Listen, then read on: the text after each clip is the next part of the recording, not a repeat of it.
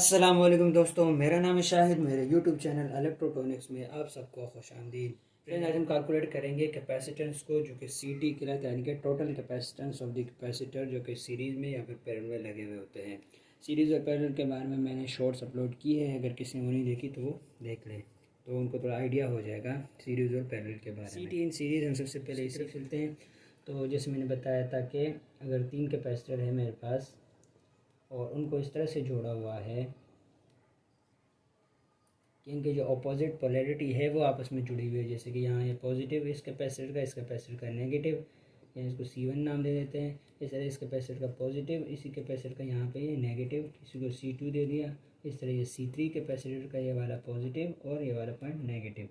अगर हम इस तरह से कैपेसिटर को जोड़ते हैं, कैपेसिटर के इस तरह से कनेक्शन को सीरीज़ में कनेक्शन कहते हैं।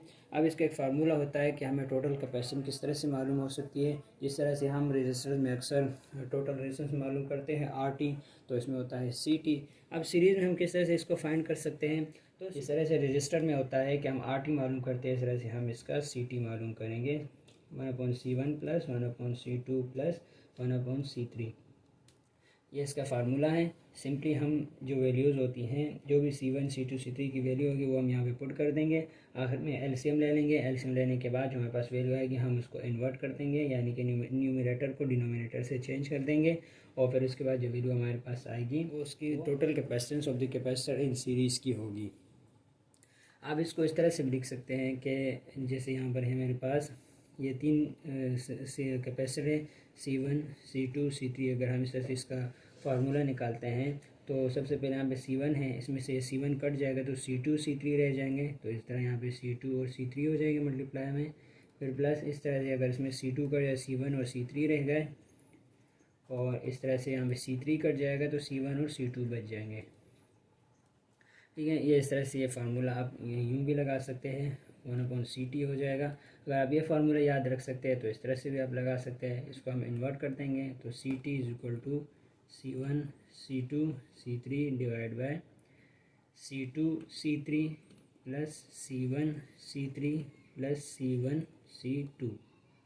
इस तरह से आप ये फार्मूला याद करके भी आप इसकी वैल्यू को निकाल सकते हैं। आप चाहे तो आप इसको मज़ीद सिंप्लीफाई भी कर सकते हैं, मज़ीद भी सिंप्लीफाई हो सकता है।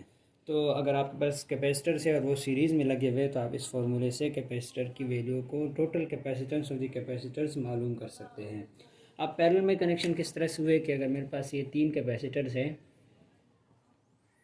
और इनको मैं जोड़ रहा हूँ इस तरह के पैसे का, ये प्लस ये माइनस, ये प्लस ये माइनस, ये प्लस और ये माइनस है। ठीक है, अगर हम इसको इस तरह से जोड़ते हैं, प्लस को प्लस के साथ तीनों के और माइनस को तीनों के माइनस के साथ। ठीक है, यहाँ C1 C2 और C3 मैं लिख देता हूँ।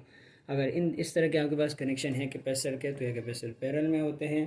अब इसका फार्मूला क्या होगा, तो इसका फार्मूला बिल्कुल सिंपल है, CT is equal to C1 plus C2 plus C3।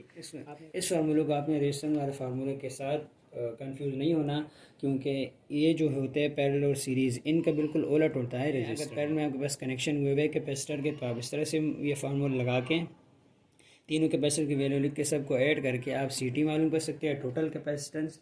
और अगर आपके पास सीरीज़ में लगे हुए हैं तो आप ये फार्मूला लगा के सबके एलसीएम निकाल के और मल्टीप्लिकेशन वगैरह करा के आप total capacitance of the capacitor मालूम कर सकते हैं। तो ये था आज का टॉपिक। आई होप कि आपको पसंद आ चुका होगा। अगर पसंद आया हुआ हो और मज़ीद आपको इस तरह के टॉपिक्स के बारे में जानना है तो प्लीज़ मुझे कमेंट करें और कमेंट में मुझे टॉपिक बताएं, मैं इंशाल्लाह उस पर भी वीडियो बनाऊंगा। तो आई होप कि आपको पसंद आ चुका होगा। लाइक करें, शेयर करें, सब्सक्राइब करें। आज के लिए बस इतना ही। अल्लाह हाफिज़।